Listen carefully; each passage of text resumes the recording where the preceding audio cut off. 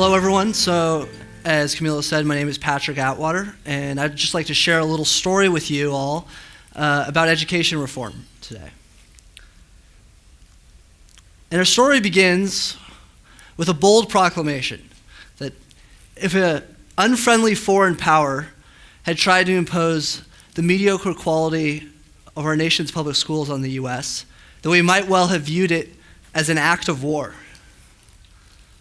Now ponder that for a second. An act of war. That's a pretty visceral statement. The idea that our public schools are so problematic that this would be an act of war. And this statement is important not only for the words that it says, but also when it was written. This was written in 1983 in a report called A Nation at Risk.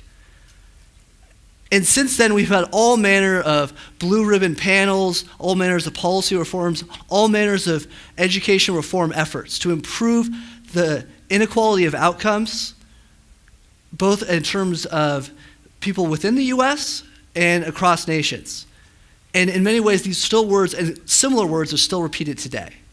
So what I would like to do is drill down into a specific case study that illustrates some of the foundational problems with reform thinking and of those last few decades, and talk about a little bit about how we might do a little bit better. So how many of you were like me and you went to California public schools? Anyone? Yeah.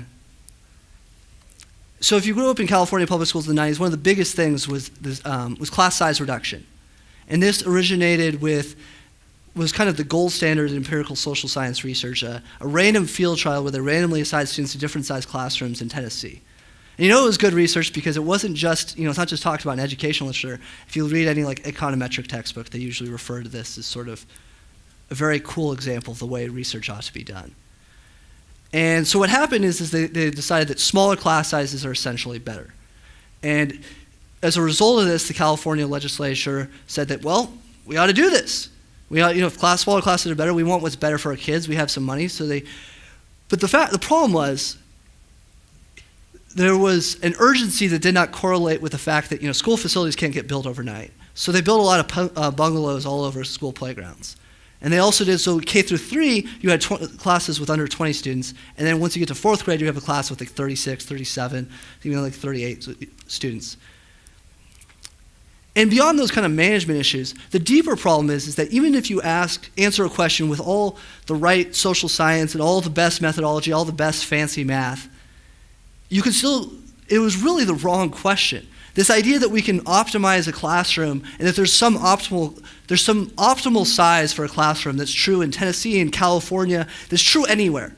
That's true anywhere for every student who's in public education, that's just foundationally problematic. I mean, students are, and really all humans, are pretty unique creatures. We learn in different ways. What regression should you run to figure out whether a student's going to learn best, every student's going to learn best in a classroom of 20 students, of 30 students, online with 100,000 peers, self-studying, going out and exploring the world on their own and perhaps like an internship or just going to a natural history museum. Or maybe there's, students might learn better in in math in small groups, or they might learn better in a big lecture, in writing. And the entire way that we structure schools, and this isn't my idea, but Ken Robinson talks rather eloquently about how schools suffer from what he calls a factory-like paradigm. That we just think about how we talk about public education. We talk about processing students, and it's you go through and you're up to grade, and then you go on to the next grade, and then you go on to the next grade, and you go on to the next grade, and we batch them by age. It's almost like they're raw materials going through a factory. And we talk about whether or not they're up to standard, and there's the same tests for all the students to figure out that is. And a lot of this thinking, when you look at the history and you look at how this originated, it comes about from when we kind of had, universal public education hasn't been true for all of the United States or human history. It's come about in the kind of late 19th, early 20th century when there were a lot of ideas about scientific management, mass production, things, kind of the influences of someone like Henry Ford and the assembly line. And that's really kind of foundationally affected how we think about schools and a lot of the things that we don't even think about, that we just take for granted. And so what I like to do is just talk a bit about, what's obviously changed.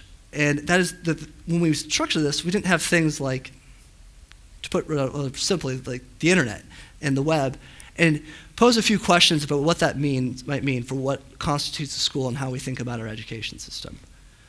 And this is a screenshot of Khan Academy, which is, if you talk about new models in education, is sort of ground zero. And what Sal Khan does is it's not just the idea that you can have all these unique videos and he's kind of an engaging guy, he's fun, makes math fun, but that this platform offers the ability, so that if your student, they have some aspiration, like a lot of young people do, and they're curious about something, maybe they grew up by JPL, and they're really passionate about Mars exploration. So what this can do is say, well, what skills and what content and what areas of knowledge should you be learning in order to reach that goal? And what makes sense for you? Like, what makes sense for that student and that particular student, and how can they learn best, and how can they get to where they want to go? And the other cool thing about the web is it's not just that, there's access to all this information and there's all this content, and we can't just give students a bunch of iPads, and the idea isn't that that'll kind of solve the problems, but that we also can connect to each other and organize communities in new and different ways. That, if you're curious about education and technology, that there'll be a meetup about this and that you can go and talk to them. Or more classical things, if you go on meetup.com, there's all sorts of people that are passionate about all sorts of little nooks and crannies. You can find a lot of funny things, like everything from Star Wars geeks geeking out to people talking about philosophy and people talking about all these things, and to really valuable professional development where you can learn about other finance professionals or other consultants or other things where you can network and learn a lot of the skills that you can't learn in a classroom, that you have to learn by doing.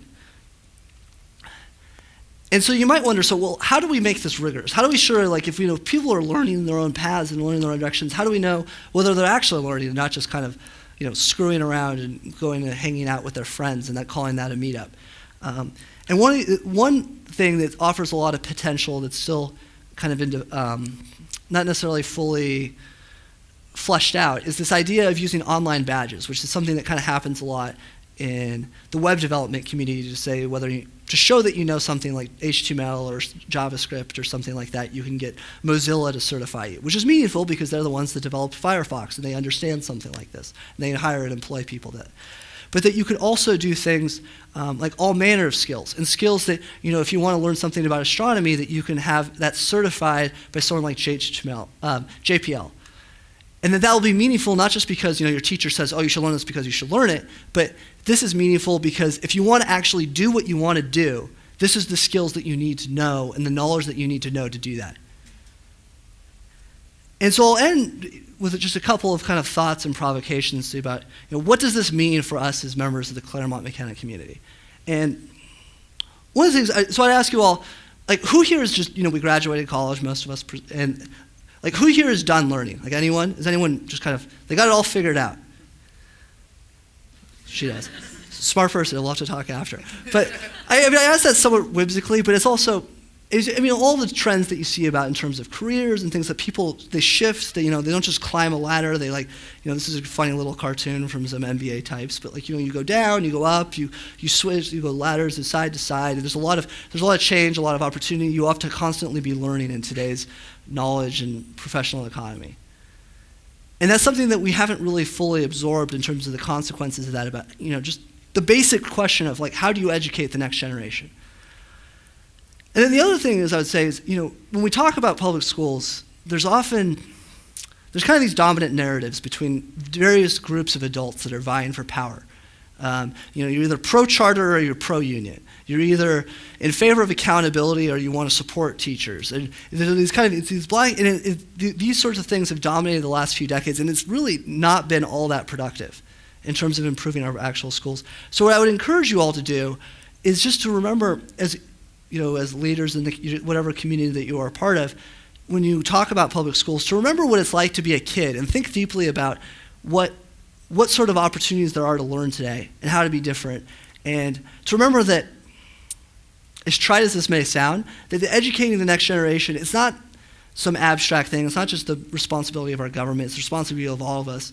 And I found that, being able to volunteer in local schools, usually I end up learning more from the kids than they learn from me, possibly. So with that, and with my favorite Calvin and Hobbes cartoon on the thing, I'll take any questions that you might have.